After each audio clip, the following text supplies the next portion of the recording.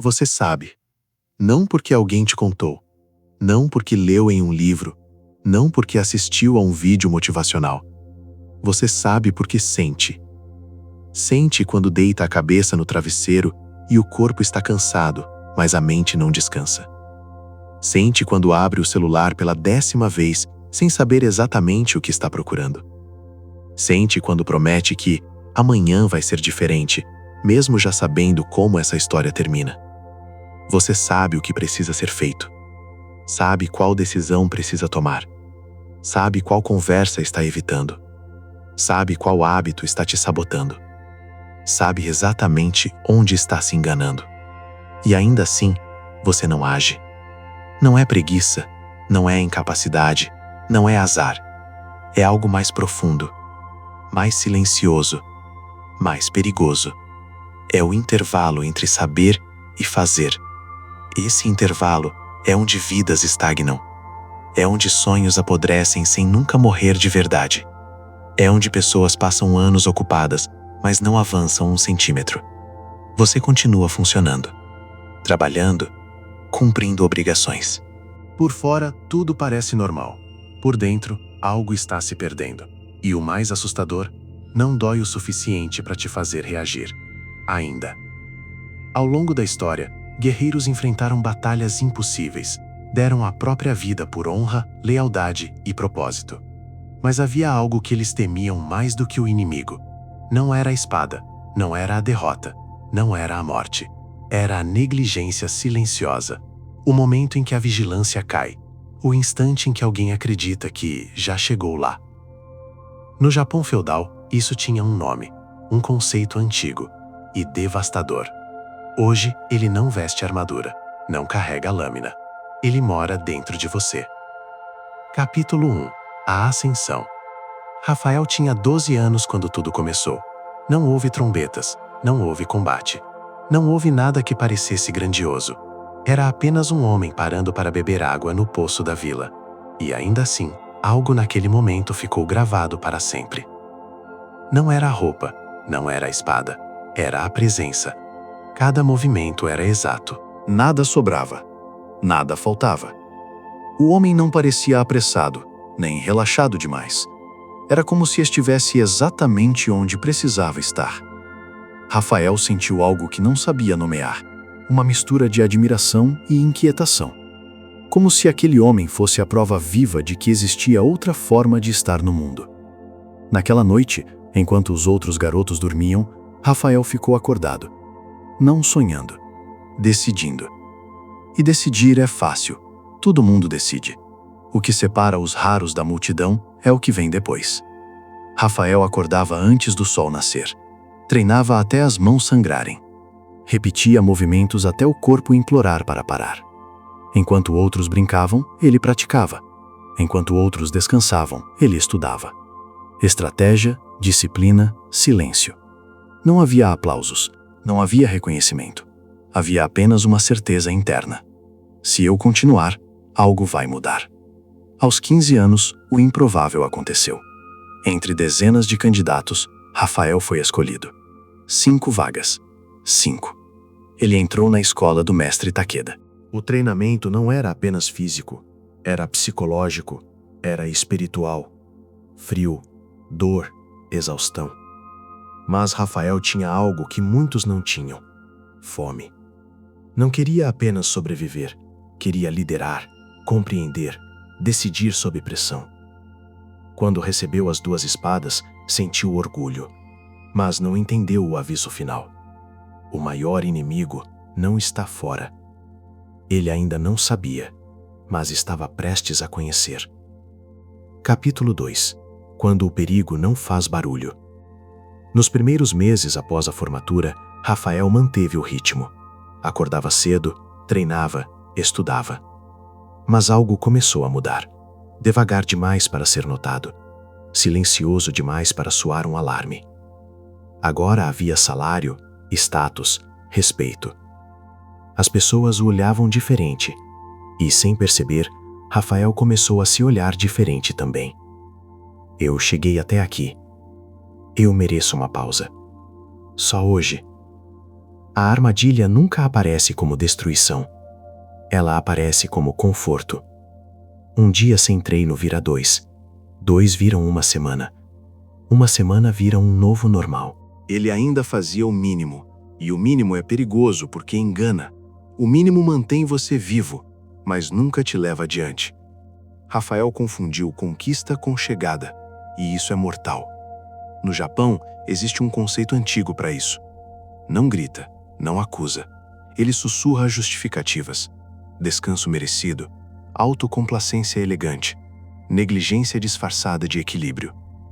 Quando a primeira missão real chegou, Rafael não estava despreparado no papel, mas estava enferrujado no corpo e lento na mente. Quando o ataque veio pelo flanco que ele deveria proteger, o tempo não esperou. Hesitação, atraso, erro. O grito ecoou. Depois, silêncio. Naquele instante, Rafael perdeu algo que não se recupera facilmente: a confiança em si mesmo. Capítulo 3. O espelho que não perdoa. A viagem de volta foi longa demais, não pela distância, mas pelo peso. Ninguém disse uma palavra, e ainda assim, Rafael sentia tudo. Não era raiva, não era acusação, era algo pior: decepção silenciosa. Cada passo parecia perguntar: você relaxou. Por quê? Quando chegaram, o mestre já estava esperando. Ele não parecia surpreso, não parecia irritado, apenas atento. Venha comigo. Caminharam até o jardim. O som da água, o vento leve. Rafael queria se ajoelhar, mas o corpo não obedecia.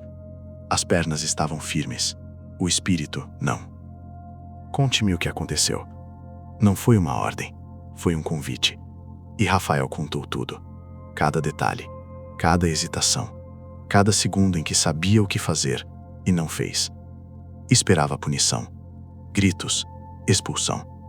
O mestre permaneceu em silêncio. Depois perguntou algo simples.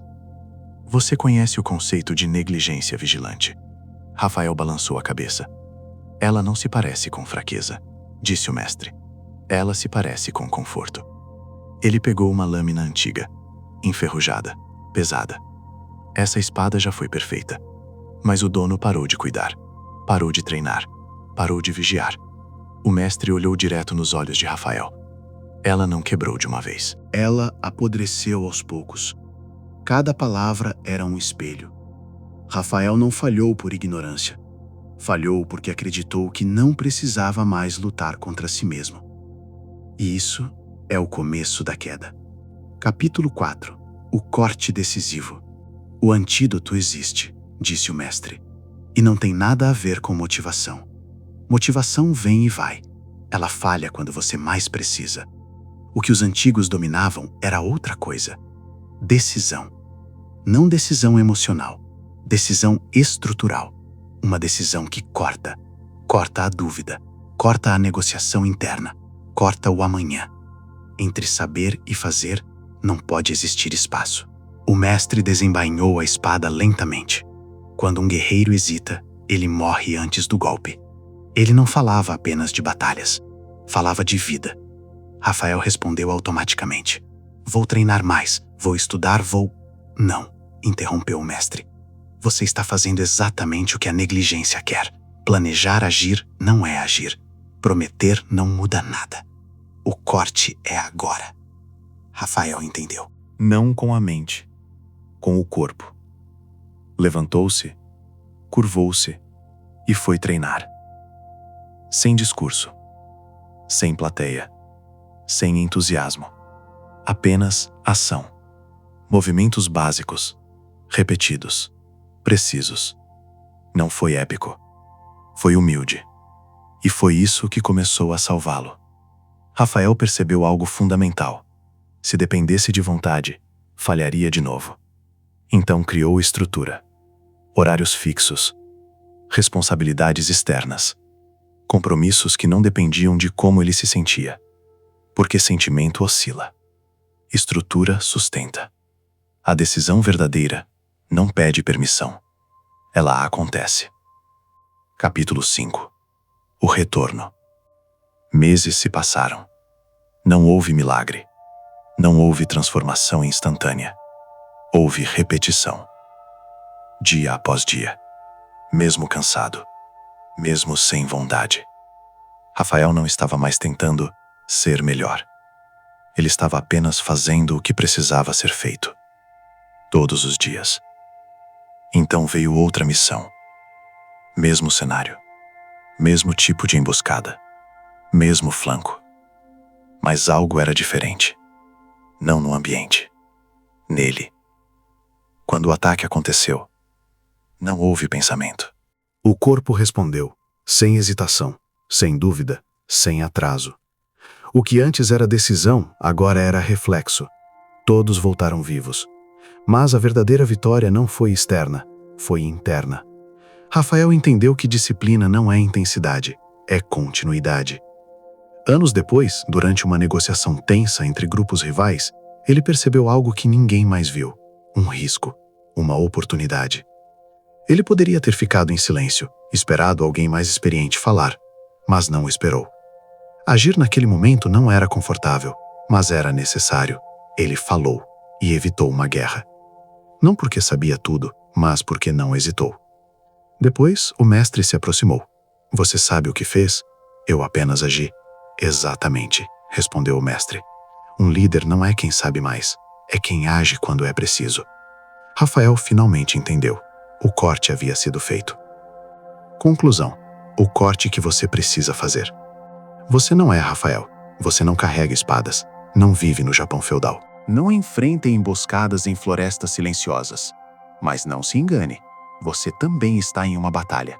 E talvez a mais difícil de todas. Porque o inimigo que você enfrenta não está fora. Ele não grita, não ameaça, não se apresenta como perigo. Ele se apresenta como conforto, como adiamento, como depois eu faço. Você tem um flanco aberto.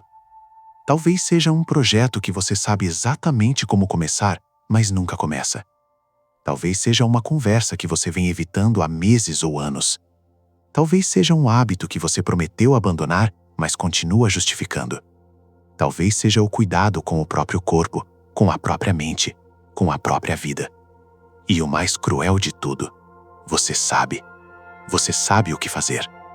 O problema nunca foi conhecimento. Nunca foi falta de informação. Nunca foi falta de capacidade. O problema sempre foi a distância entre saber e agir. Essa distância é onde as pessoas envelhecem sem mudar. É onde talentos se tornam frustração. É onde sonhos viram histórias que começam com "e se?". Negligência não destrói tudo de uma vez. Ela corrói aos poucos. Ela faz você acreditar que amanhã é garantido, que depois é seguro, que mais tarde sempre vai existir. Rafael quase perdeu tudo para aprender isso. Você não precisa esperar perder algo precioso para acordar, porque aqui está a verdade que os antigos já sabiam. O momento mais perigoso da vida não é o fracasso, é o conforto depois de uma conquista. Ketudã, o corte decisivo, não é sobre grandes atos heróicos, é sobre eliminar a negociação interna. É agir antes que a mente comece a argumentar. É fazer antes que o medo ganhe voz. É transformar intenção em movimento. Então eu te desafio. Quando este vídeo terminar, não pense no que você vai fazer amanhã. Não escreva planos elaborados. Não faça promessas emocionais. Faça uma única ação pequena. Agora. Uma. Concreta. Imediata. Porque a diferença entre quem você é hoje e quem você pode se tornar não está em um grande evento futuro. Está na próxima decisão, no próximo movimento, na próxima hora. A negligência já está pronta para te embalar de novo. A ação está pronta para te acordar. A escolha é sua. E lembre-se, não escolher também é uma escolha. E quase sempre é a pior delas. Se este vídeo falou com você, curta e se inscreva no canal. Aqui falamos sobre filosofia, disciplina e ação real, não motivação vazia. E agora me diga nos comentários, qual é a ação que você vai executar hoje sem negociar? Você sabe o que fazer. Agora, faça. Nos vemos no próximo vídeo. E siga o caminho.